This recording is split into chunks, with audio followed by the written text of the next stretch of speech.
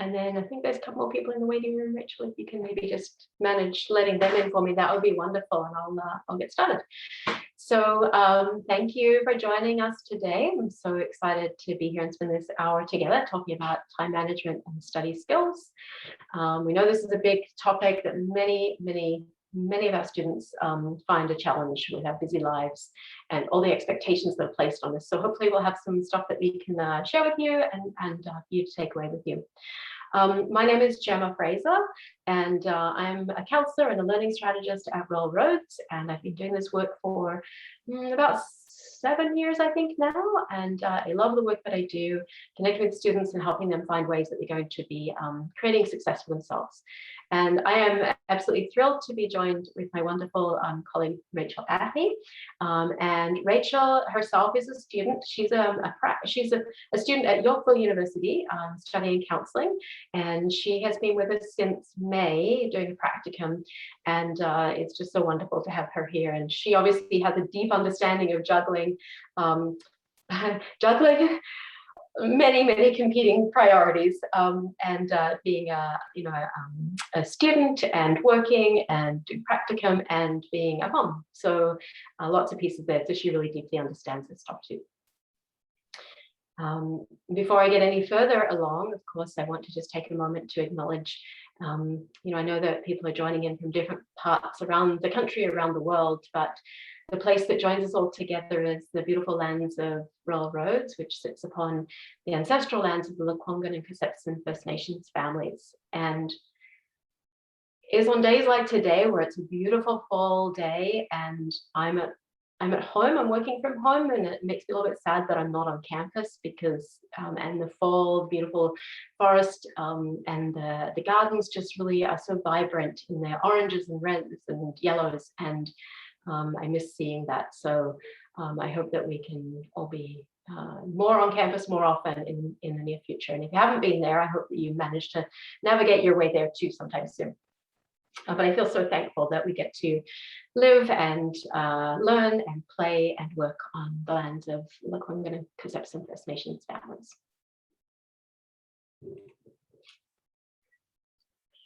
So for our plan today, if you've been to any of our workshops in the past, or if you attend in the future, you'll soon get to know we always like to start with a check-in, a little bit of a grounding exercise, which Rachel's going to lead us through. And then we're going to shift our focus to being intentional with our time. I've got some thoughts for you to think about that.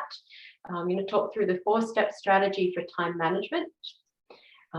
We would not be doing time management justice if we didn't touch on procrastination, which is a big challenge for many of us, both in school and in life.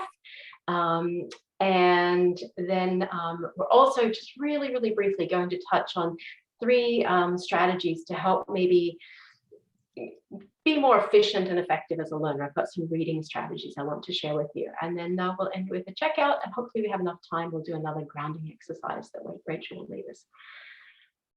As I said before, I really invite you to chat in the chat box. Obviously, I'm going to guide and facilitate, but you folks all have lots of, I'm sure, brilliant ideas too. So if you have a moment of something you want to share in the chat box with your classmates, your colleagues, then please go ahead and feel free to do that. I think the more of us sharing together, the better. I'll try to divert my attention to the chat and to my talking, but Rachel's also going to be helping out with that too. So yeah, we'll see how we go. Right, let's take a moment just to check in with ourselves. You'll see on the screen here, I've got a bunch of goofy smiley faces, and I invite you just to take a moment to check in with yourself. Does one of these represent how you're feeling? You take the pencil at the top of it, should be probably at the top of your screen or maybe at the bottom of your screen. Take a pencil and draw a circle or a squiggle or something if one of these pictures represents how you're feeling today. Or maybe there's another one you can pop in the chat box. I think it's Matthew is feeling happy by the looks of it. So I invite you just to grab the pencil and start sharing on the screen. How are you feeling today? Just taking a moment, quiet moment, just check in. Great. I'm happy, I'm confident. And again, hope you can find the pencil. It's usually at the top if you hover over the little green thing. And someone's got their hand raised. Yes, Ralph. Oh, you might need to turn your microphone on. Where's the pencil again? I know I've been told that before, but I forgot. That's okay. I have a struggle every time too, Raphael. So you usually, it's either at the top of your screen or the bottom, and you have to hover your mouse over, like it's probably the little green bit. I think it says you're viewing my screen. If you hover your mouse over that, you should be able to click on it. I see reactions, record, screen share, chat, participants. That's what I see. And then I see view. Oh, I think I've got someone saying next to the green bar on top of the screen. Yeah. Next to the green bar. Oh, wait. View options, annotate. Ah, wonderful. Okay. Thank you, Matthew. Wait, pencil. I now where do you find the pencil? Can I just I can draw automatically. Okay, cool. Yeah, good. Wonderful. Thank you. Look at that. Oh, you've just helped like 100 different people with asking that question, Raphael. I see lots more scribbling on the screen. When I do view options, I don't have the option to annotate.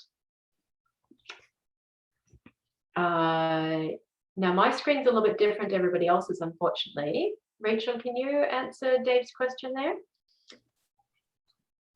Raphael, I'm so thankful for you asking that question, because obviously others were sitting there trying to figure it out too. And with all the different platforms we're expected to use in school, it can get overwhelming. And I see a couple of people have indicated they're feeling overwhelmed already. So, oh gosh, and other people are feeling exhausted. So really appreciate you asking that question. No worries. Thank you. Thank you. Okay. I'm going to clear all of that, and then I'm going to switch over to the other side of the screen where it says, on a scale of 1 to 5, how much stress are you feeling today? And this is another way we can just check in with ourselves, where maybe 1 is where we're not feeling any stress at all. It's like the most relaxed we've been. Like we might be laying on a beach or something. And the other end of the spectrum would be sort of up near the 5, where we're feeling completely overwhelmed and pretty strung out and not able to sort of maybe get some brain fog and not able to particularly go ahead. So in the chat box or on the screen, or just quietly to yourself, go ahead and check in and just see where we're at today. And there's no wrong or right or wrong answers with this. This is just a moment just to pause and check and see how we're feeling. So some 2.5s, some 3s, 3.5s. It sort of like people are just kind of hovering around that mid-range, I think is what we would expect to see at this time of day. And then you can take this in extension, right? We can check in with ourselves. If you're down to the 1 or the 2, maybe the question you can ask yourself, why is that? Like, what are you doing that's helping you stay a little bit relaxed? Because you're doing something really wonderful. If you're up at the 3 or the 4, that's okay too. It's really normal for us to slip up to be feeling a little bit stressed.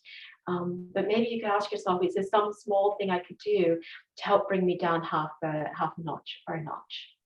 And really, if we do this check-in regularly and we find ourselves getting stuck up around the 4 or 5, that can be nice information too. And it can be a reminder that maybe we could take that as a sign that maybe we need to check in and do some one-on-one work with one of us counselors or learning strategists, or maybe you need to take a really good break from some of the stresses in your life. And what is it you need if you're getting stuck at that 4 or 5? So I offer these just as a little check-in that you can use anytime throughout your day to kind of, maybe see how you're doing.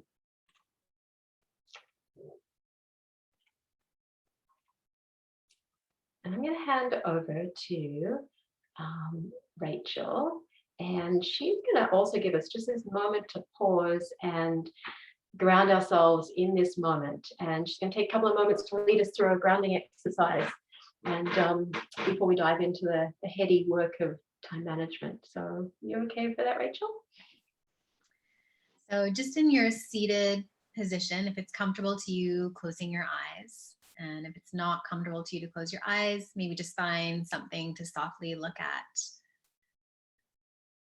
And turning your gaze inwards and onto yourself and onto your body. Maybe just adjusting your posture here for a little bit more comfort. So maybe rolling the shoulders back. If the feet aren't planted on the ground, maybe connecting them to the floor. And then finding a place for your hands to softly rest, maybe on your laps or towards your side. And then notice here if there's any tension in your face. See if you can soften your brows, your forehead. Maybe tension in your shoulders, your hips. See if you can settle in here to a soft, relaxed posture. We'll move through a few rounds of belly breathing here. So when you're ready, taking your hands and resting them down onto your belly with the elbows still resting softly at your sides. So first, just noticing your breath here, moving into the body, in through the nose and out through the nose as well. And then begin to draw that breath a little more fully into your belly. So as you inhale, the belly expands here towards your palms. And as you exhale, the belly sinks and moves gently back towards your spine. Maybe the low back softens. You inhale, breathing into the belly. And exhaling, letting the belly soften. Take 3 more rounds of belly breaths here in your own time. Inhaling gently into the belly space. And finding slow, complete exhales.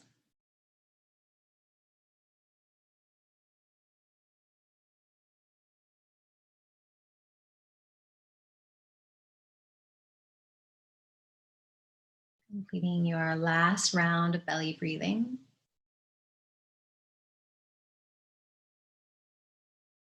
And then allowing your breath to return back to its natural rhythm.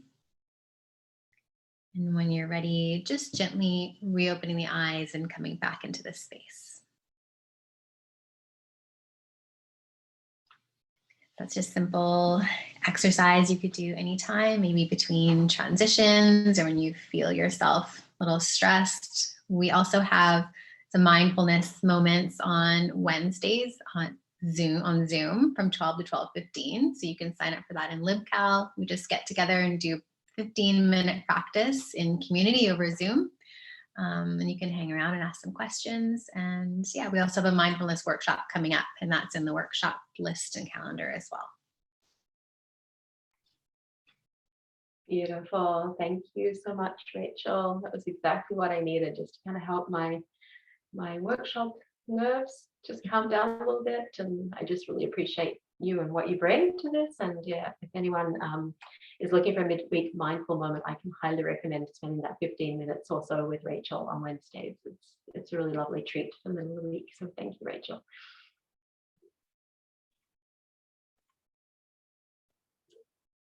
Once again, I'm going to hand over to you folks and invite you to grab that elusive pencil from wherever you found it last time. And let's have a look at this poll together.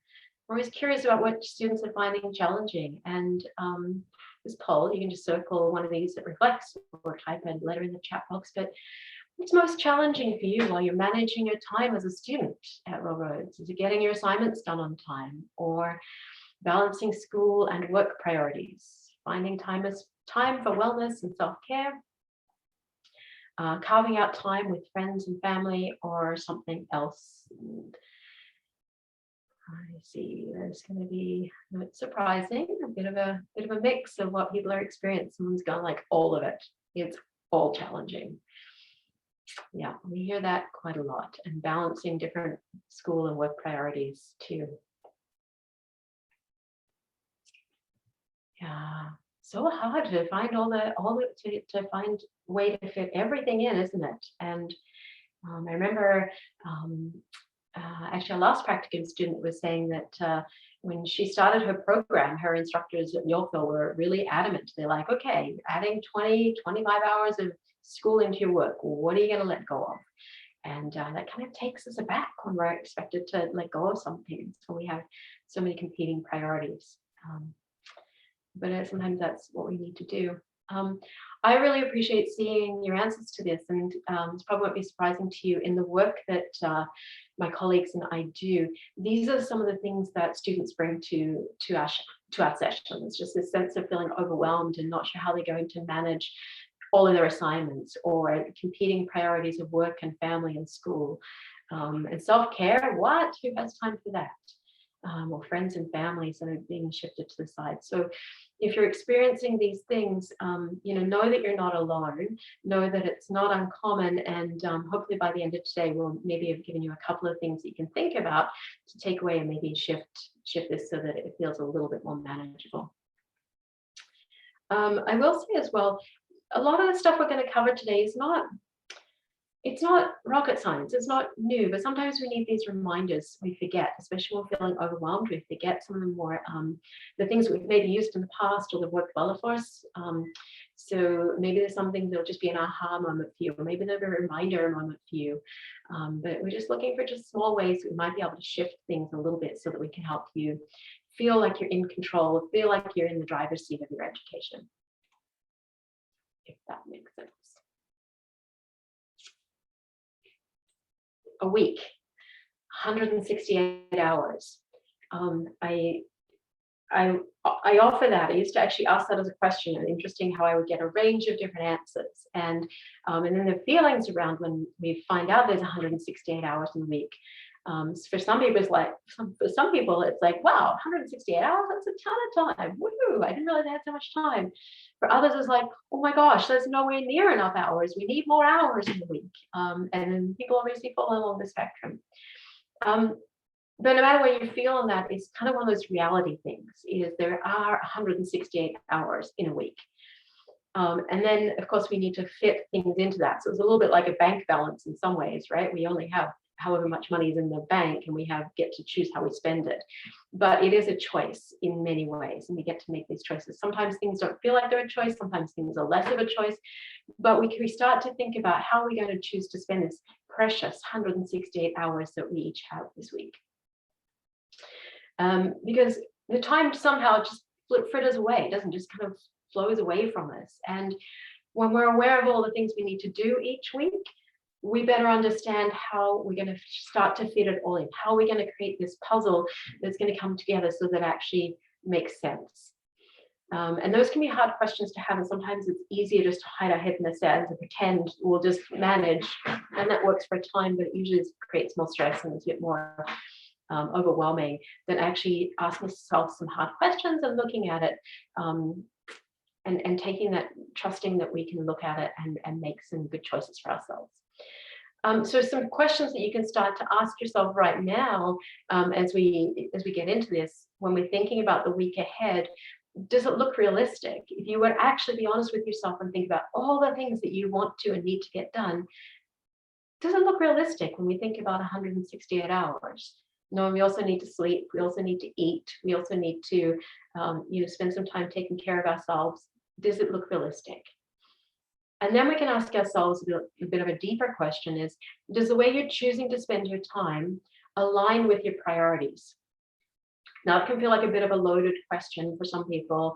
It can feel a bit judgy sometimes, and it's in no way meant to. It can also feel a bit esoteric if you're just in sort of survival mode. But I really think it's worth spending a little bit of time thinking about it. What are our priorities right now? And is there a way we can utilize that to help us get the most out of our time and actually feel good about the way we're spending our time? So what do I mean about priorities? Well, there's this wonderful TED talk by Laura Vanderkam. And what I really like about her talk is she makes the point that our language matters and the words we use really matter. And she really encourages people to talk about, use the words, it's not a priority right now, as opposed to, I don't have time. I don't have time to do that. I don't have time for anything. When we talk about I don't have time, we're really talking from a deficit model. And we're also like kind of thinking, well, if only we could wave a magic wand, we'd have more time, which we can't do. We only have 168 hours. So then we really have to start thinking about, well, what are our priorities? And we're not necessarily saying no to something forever, but we're actually just saying, this is my priority right now. And I'm going to put my effort and energy into this because this is a greater priority than some of the other things that I have. Now, priorities look different. Everybody's priorities are going to look different. And so some of the ways we can think about this is, are there some things that we're doing for ourselves that are priority? Are there some things that are for our work that are priority? Maybe there's some things for family that are priority. So what are the things that are priority for you right now, rather than saying I don't have time, but shifting it, so we're putting it in the positive of that's not a priority, but this really is.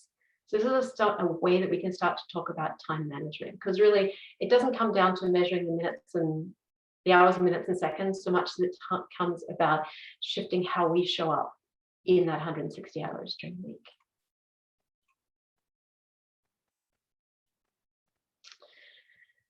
One way we can start to do that is we can start to use a 4-step strategy for time management. So once we've kind of given some thought and some space to what our actual priorities are, or where our deeply seated values lie, right? What are the things that are most important to us? Then we can start to manage our time in 4 steps. So we can start with a long view, which will be sort of a 2 to 3 month kind of time frame, or maybe the length of course if you're just at the start of a new course.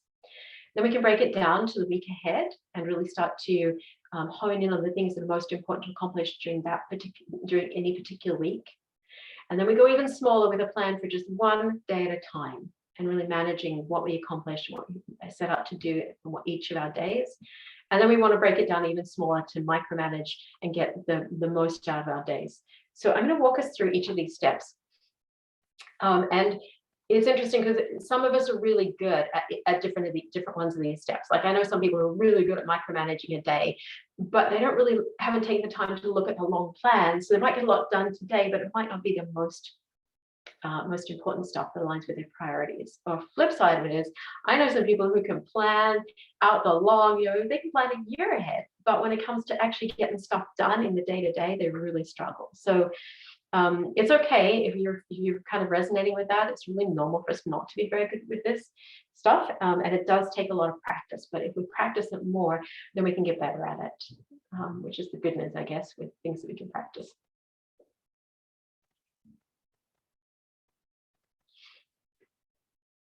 Start with the long view. As I said, you can think about this either at the beginning of one of your courses, if you're just starting a new course, or you can think about it just in the next couple of months. And Natalie just shared, too much time planning and not enough time acting. I feel that way too sometimes. I feel really comfortable to plan sometimes, and yet it stops me from acting on it. So so I hear you on that one. So we're thinking about the long view. What we want to think about is, what are all the really important things that you want to put into your agenda? So if you haven't already done this, you should map out every single assignment due date, because then we can see the entirety, and we can see things like, oh, wow, I've got 3 assignments due that week. Maybe I need to ask for a little bit fewer work assignments, or maybe I need to talk to my instructor and see if I can get one of them handed in a couple of days later. What do you need in that time? Or maybe you look at your agenda and go, wow, I'm going on holidays for 2 weeks in a month's time. I want to be doing my schoolwork during that time. So maybe I'm going to work really hard in the weeks leading up to it and fit more in, so that I can really enjoy those 2 weeks vacation that I have planned. So we're really looking at this longer term view, so we can start to really get a sense of what do you need to accomplish in that time frame. Looking much more than 2 or 3 months out isn't usually that beneficial, because so much changes in our lives. We can have sort of hopes and dreams and things we work towards in the longer plan for sure, but with this kind of planning thing, I'm really talking about the next sort of couple of months, not much more than that.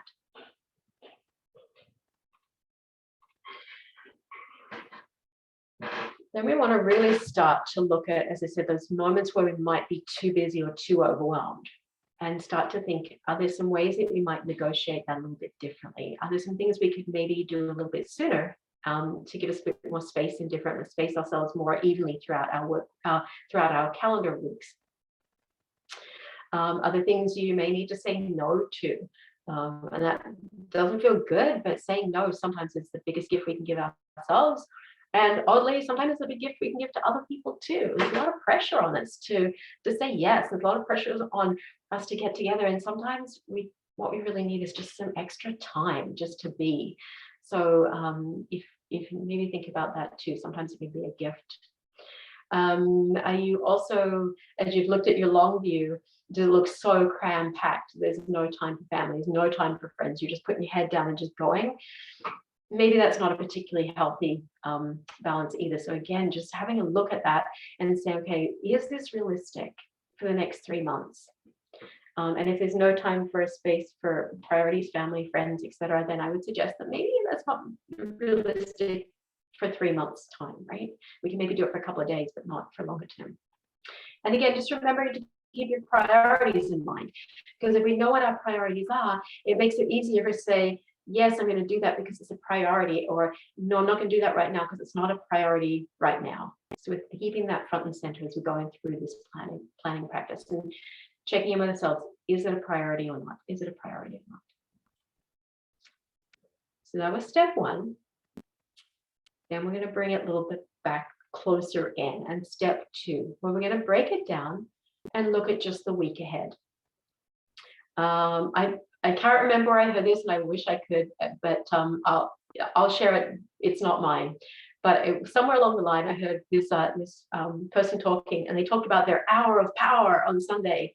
And I think it was like an American, it was a vision of an American, like, power person kind of doing it. But it really resonated with me, this idea of setting aside an hour on a Sunday, late afternoon, hour of power, getting yourself set up for the week ahead, and just really taking some time to block it out. So if hour of power doesn't resonate with you, that's totally fine. But just thinking about, what do you need to do to start to plan out your week ahead?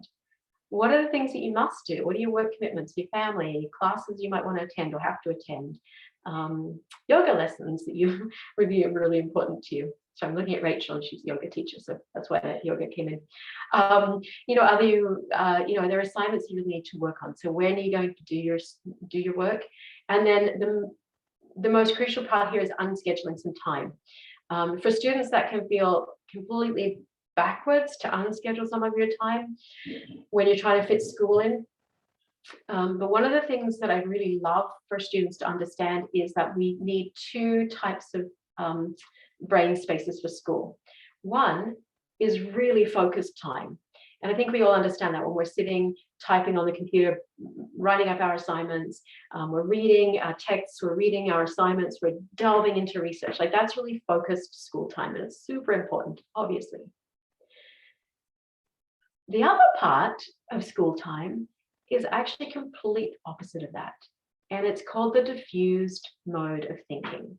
And it's where we're unscheduled. We're not focusing on our schoolwork. We're not actually focusing on anything except just letting our brain relax.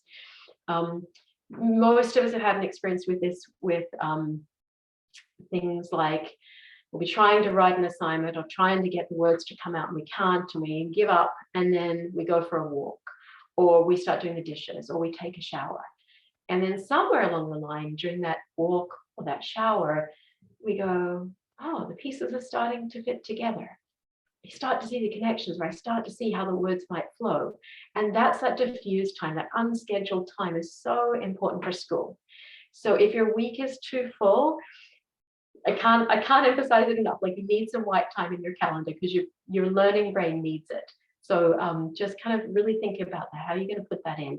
And your health and wellness too, because when our brains get fried, we're not taking care of our health and wellness.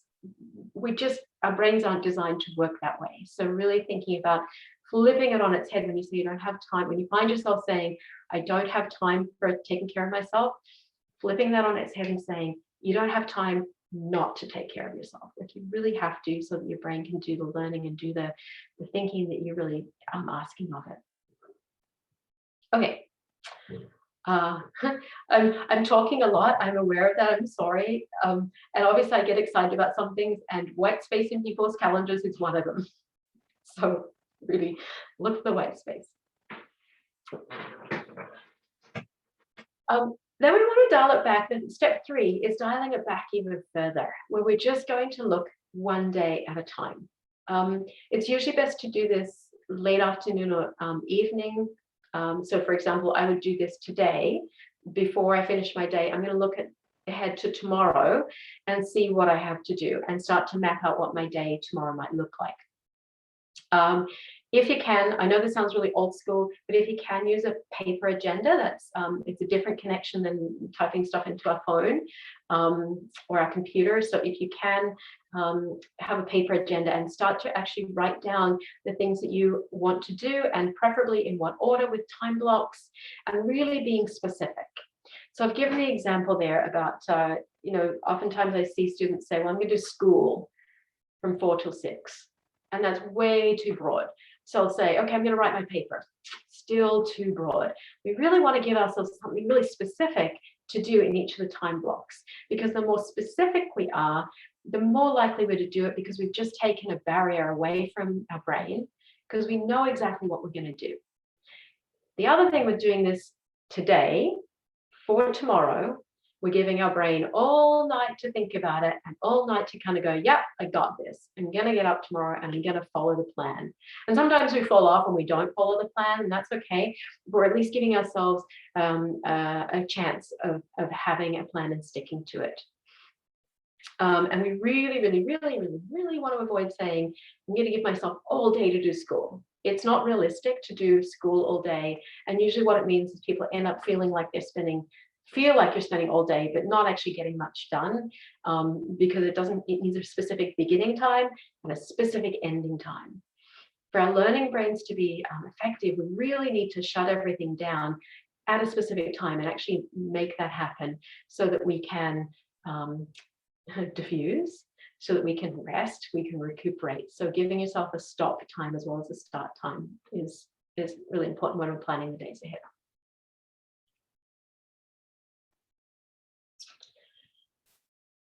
And the final step in, yes, thanks, Laurie. There are studies that show that napping is a really great benefit of our learning capacity. So it feels so counterintuitive, but it's so important to do this. So the final step in this is micromanaging our schoolwork. So what do I mean by that? I mean, we start to think about ourselves as individual learners, and we start to really get to know ourselves about when we're going to do the best work as a learner. So when do you tend to do your best work, and can you organize your schedule so that you do it when you're your freshest? Not always possible, but let's start to ask these questions. Who will you be accountable to? So we know that people tend to do things and get things done if they're accountable to someone else. Works for most of us. So who are your accountability buddies? Do you need to connect with someone in your program and say, hey, we've got this assignment that's due in 2 days. Can we be accountable to each other? Can we have a conversation around it? Or is it a partner that you can be accountable to? You've committed to getting your assignment done by Friday night so you have the weekend free. Maybe that's someone you can be accountable to, but who are you going to be accountable to? We can also start to think about, where do you tend to be most productive? Obviously, this last year and a half, this question has been more fraught than ever, and obviously you can't always have the ideal locations, but is there a way you can orchestrate your space that you can create a productive space for your learning? And then this point, I've kind of hammered this down on the last slide, but before you sit down to do your schoolwork, you should know exactly what you're going to do, so you don't waste valuable time, right? So if you know you're going to sit down from 4 till 6 doing schoolwork, specifically, what are you going to do? Are you going to read the journal articles from page this to this that your instructor asked you to?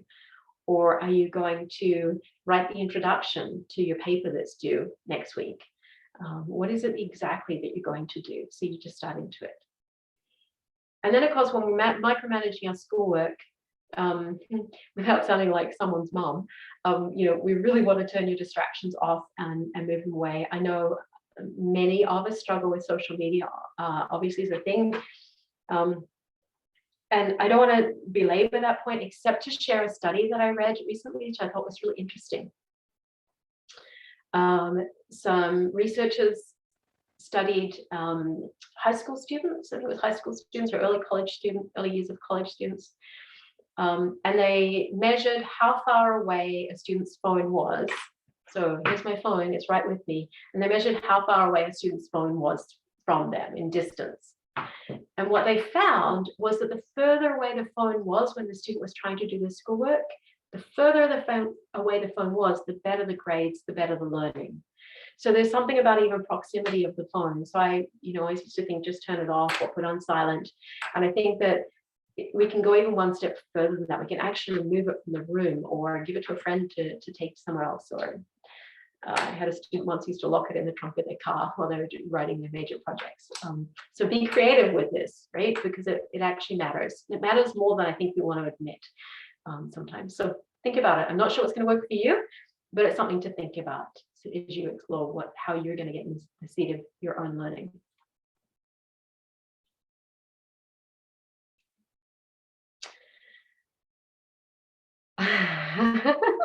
Thanks, Raphael, for the laugh there. Throw it in the river and get straight A's. If only it was that simple, right?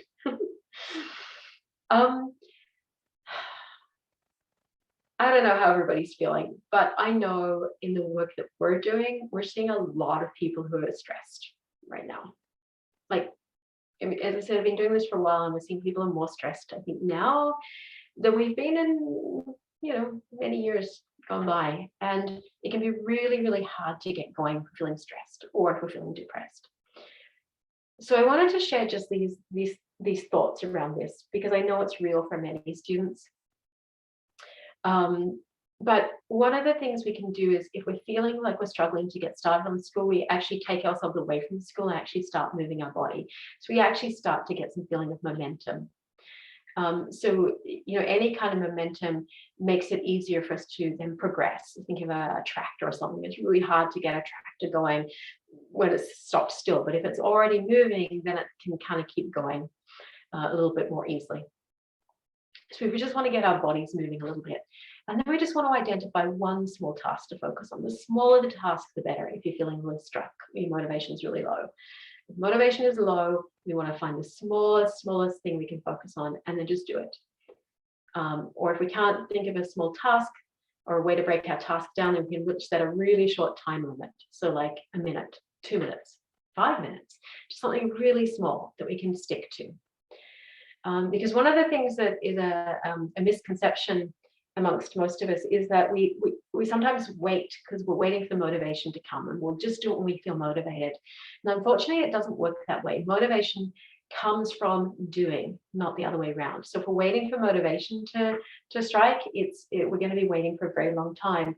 But if we start somehow getting a little bit of momentum, start doing something, then we're more likely to feel that kick of motivation come along. So if you're struggling with motivation or high levels of stress or feelings of depression, know that you don't have to go through this alone as well. I'm going to show at the end how you can connect with us and get some support to help you out, because this is, there's nothing worse than feeling debilitated with your schoolwork and it just keeps piling up and up. So please consider booking an appointment if that kind of is how you're feeling, so we can help you get unstuck.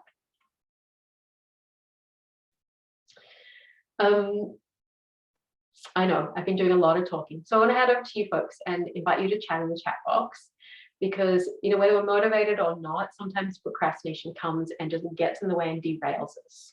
It happens to all of us. It's something sometimes we joke about when we're procrastinating, but actually it's real, and a lot of people suffer when we're procrastinating. And I think we don't talk about the suffering enough. I think sometimes we just say, I'm just procrastinating, but I think it's actually very real and it's painful. And the worse it goes on, the more painful it gets. So I have some thoughts around how we can manage procrastination. I've done a lot of reading about it, I've done a lot of research on it, and a lot of thinking about it, but I also know that you folks probably have some tools and tricks that I'd love to hear, and maybe we can compare notes, but let's see if we can share together in the chat box. What are some of the things that help you manage procrastination? Remember, we can all learn from each other. So if you have a tip or a tool or a strategy that helps you manage procrastination, please share it while I take a sip of water, and I'm sure everybody would really appreciate to hear from anyone.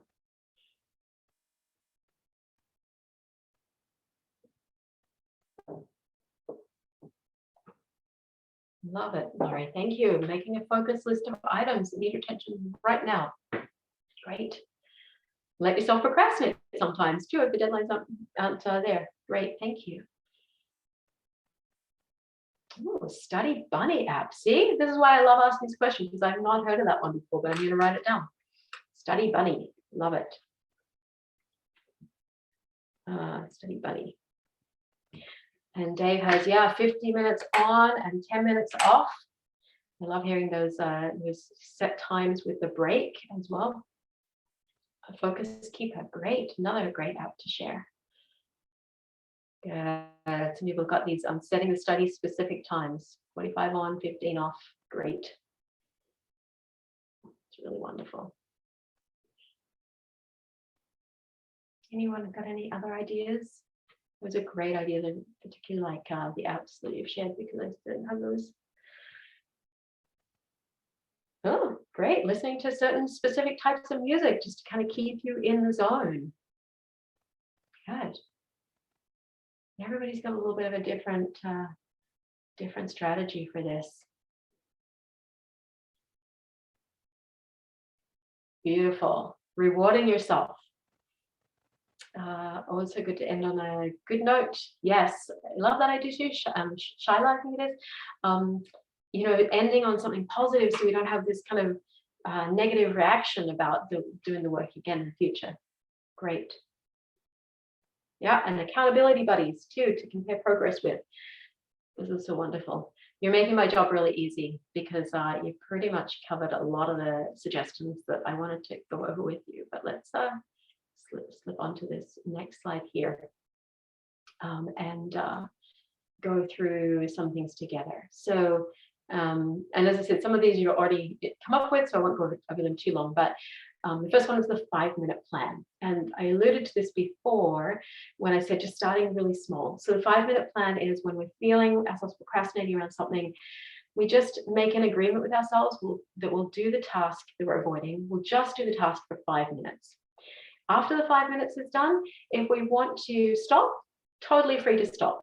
But after the 5 minutes, if we're feeling okay about it, then we'll go on. Maybe we'll do another 5 minutes, or maybe a 10-minute chunk and see how we feel. But we're just starting with 5 minutes. If we do the 5 minutes and it's still painful, we want to stop, that's okay. We just celebrate that we've done 5 minutes.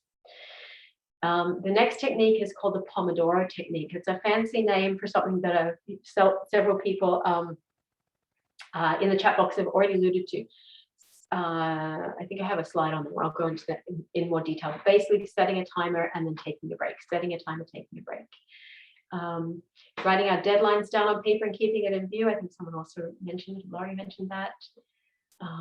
Another positive way we can do this is number 4 is start an I did list. Most of us are really good at creating to-do lists and do more and more, and they get longer and longer. And sometimes at the end of a day, we can instead flip that on its head and start an I did list. What did you actually do today? And start to celebrate all that you managed to accomplish. Really small things, big things. Just start to really celebrate what you did accomplish rather than beating ourselves up for all the things we didn't do. Asking support from an accountability buddy, that's really important way of managing procrastination. I think a couple of people have suggested that. Number 6 is interesting, surrounding ourselves with doers. When I was in my undergraduate degree, I'll show this. When I was in my undergraduate degree, my first 2 years were pretty dire. I actually procrastinated on just about every assignment that was given to me, and I handed in either 2 minutes before it was due or abysmally late. Almost every single assignment. It was just awful. And looking back now, I can understand why.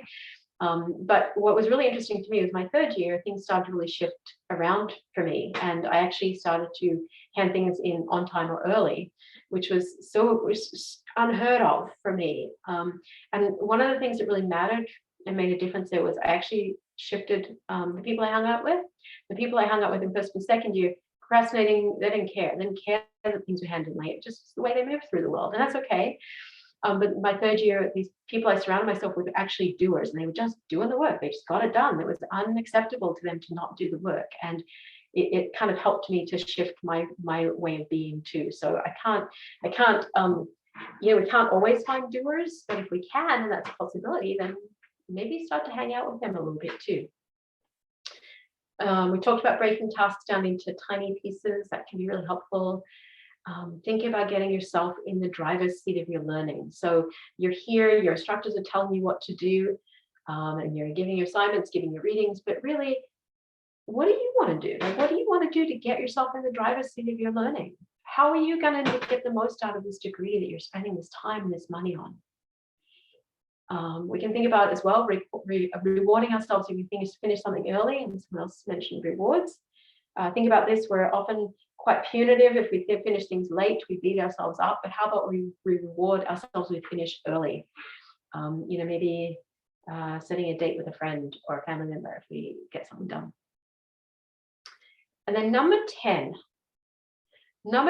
is actually, of all the things we can think about for procrastination, is actually practicing self-compassion. I'm going to forget his name. I'm so sorry. The world expert in procrastination actually points this out. He's like, we can have all of these strategies and all of these tools, but the one fundamental thing that is different between people who overcome procrastination and those people who struggle with it for their whole life is whether they exercise self-compassion. That really surprised me. I'm thinking there's got to be a tool, there's got to be a trick, there's got to be something that helps me, deal with procrastination. And at the end of the day, it's how I speak to myself about it. How kind am I that I procrastinated and now I'm going to try again to do that task? Because if I beat myself up, I guess I'm just making myself feel worse and I'm never going to get to that task. So it's really interesting if we think about that as a framework too. We all procrastinate sometimes, but how kind are we? And can we practice some kindness to help us with this? Okay, I'm going to skip over this slide because this is the Pomodoro Technique. Super simple.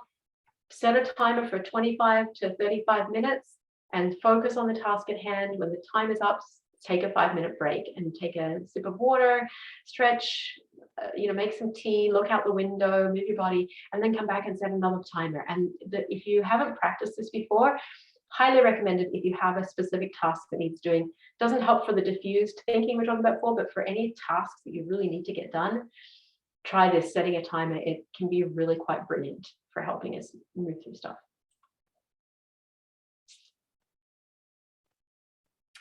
Check time. Okay. There's a lot, hey? There's a lot to fit into an hour. And I'm hoping that, maybe you'll have just one or two things to take away. I want to just give some, very quickly, some strategies for reading and studying. I think most of us kind of fumble our way to becoming good students, but there are maybe some shortcuts we can take to actually get to that point where we're effective learners. And I want to share just these 3 methods with you today, really briefly. Some of you may already know this. Others for whom school is a newer thing, this might be new. So let's just go through it. First one is the KWL method, and that stands for what I know, what I want to know, and what I learned. So as adult learners, you already know a bunch of stuff before you come into your program. So before you do any of your school work or your readings, your assignments, you really want to start to ask yourself, what do I already know about this? Because maybe that will mean that you don't need to read quite so deeply or quite so much about a topic because you already have a really great grounding in it. And then we want to ask ourselves, what do I want to know? And maybe we challenge ourselves to learn something new if you already know a bunch of stuff about something. But what do you want to know? When you sit down to read an article, why are you reading it? And the correct answer isn't because my instructor told me to. The correct answer is because there's something from it that you want to get. And maybe you want to get something out of it for an assignment that you're going to be writing, or maybe you want to get something out of it because you want to deepen your knowledge. Maybe there's a gap in your knowledge and you want to fill that gap. Well, what do you want to know? And then once we've done the reading, done the studying, we take a moment, we pause, and we reflect on what did I just learn? Okay, so really that reflection part is where the true learning comes, where we actually take the knowledge that we integrate, we've read or heard, and we integrate it into the learning center of our brain, that reflection piece. So that's the KWL method. Super simple, really good if you tend to drift and get bored with school. Okay, start to think about these 3 questions and use this method because it might help you stay engaged. The second method is really specific for what's called active reading. So active reading is different to like reading a novel or sitting at the beach, just kind of, flicking through a magazine. Active reading is with really intentional reading. And this strategy is called the SQ3R. And it stands for survey, question, read, recall, and review. So maybe the easiest way to talk about the SQ3R is if we pretend that our instructor has said to us, I want you to read chapter 3 of the textbook this week. So that's okay. Most of us don't really feel that thrilled about that because textbooks are often quite dry, a little bit boring. So we can use the SQ3R to really help us get into this. So step 1 is survey. So we want to have a look at the chapter and kind of get the lay of the land. We do that by looking at the introduction, if there is one, and read the introduction. We skip over everything else and look and see if there's a conclusion. And if there's a conclusion, we read the conclusion. Now, if we do just that, we read the introduction and the conclusion, we should have a good idea about what we're going to encounter in the rest of the chapter. Then we go back to the beginning, we look at any subheadings and read the subheadings, any words that are highlighted, any graphs or pictures, and have a look at those. So we're really just getting the lay of the land. And that should give you a really good sense of whether you need to, how deeply you're going to go into this reading once you've done that. So step 2 is question. And again, like the last strategy I talked about, the first question we want to ask ourselves is, what do I already know about this topic? And secondly, what do I hope to learn by reading this article or chapter? What do I hope to learn? What do I know? What do I want to know? So we're actually asking our brain to be engaged in the reading so we can read effectively and efficiently, not in a really slow slog. Because sometimes when we ask ourselves these questions, we realize we actually know a bunch of stuff already. So maybe we don't need to read so deep. We can just skim it. Or maybe we can just focus on certain sections that are really relevant to us or our assignment. We can just kind of skip over the rest or skim the rest. Is there a way that we can use this reading to help us with an assignment or a forum post that we have to do? So we're actually really actively looking for how we're going to make this useful to ourselves. And then we have the recall parts. Once we've read it, skimmed it, or delved into a particular section, we test ourselves by recalling, what do we actually just learn? What do we actually just read?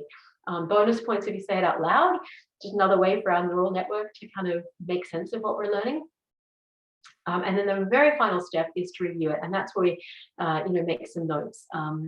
And again, I know this is old school, but if you take notes with pen and paper, most of the studies show that you'll retain the information more clearly and more for longer than if you type up the notes. But that's a personal preference, but the studies would show pen and paper tends to be a better learning tool for that particular thing.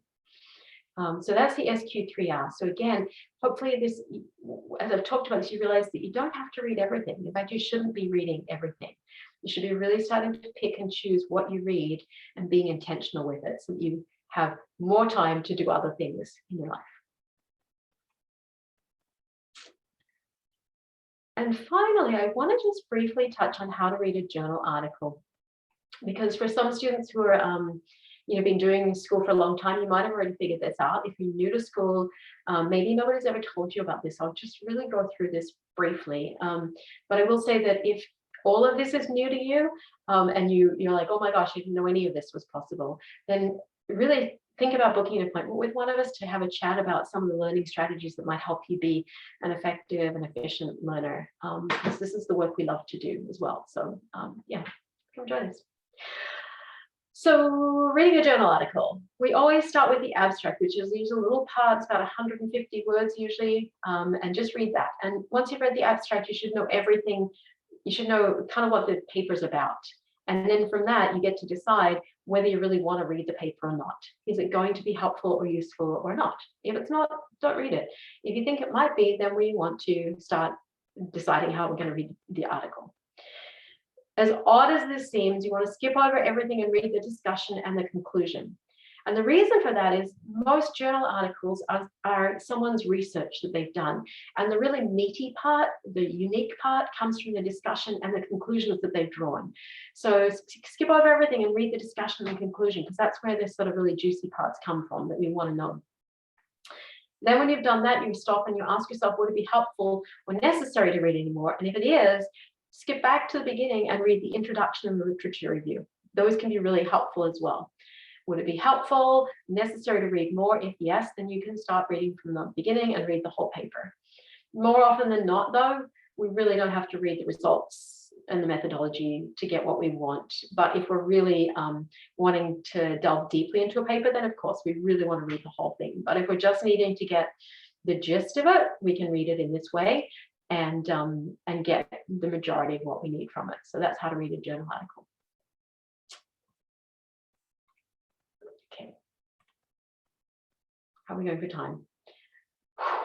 I think we are almost out of time, so I'm going to skip this. I see Rachel nodding in the thing there. I know. Time management, right? All right.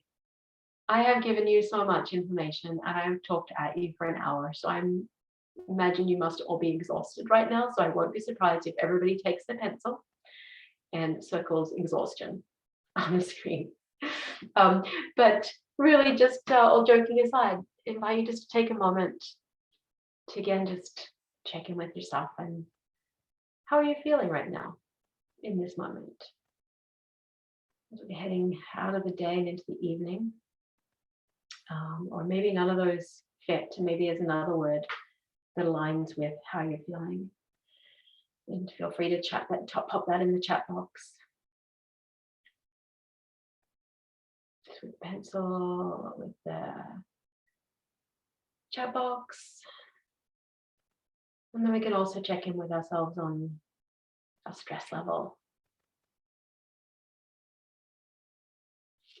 Oh, Laurie, make cookies and dinner. Oh, that's so amazing. I love that multitasking. Good for you. I like that you're moving around to do that too, instead of just sitting in front of the screen. It's wonderful. What about on a scale of 1 to 5? Again, just checking in with yourself, either on the screen or in the chat box, or just quietly to yourself. How's everybody's stress levels doing right now? 2, 2.5. Great. Personally, I'm at probably I'm a little bit of a 3 right now. Just because it's the end of a busy day. Probably need to go and do a grounding exercise or some deep breathing to really help me relax some more.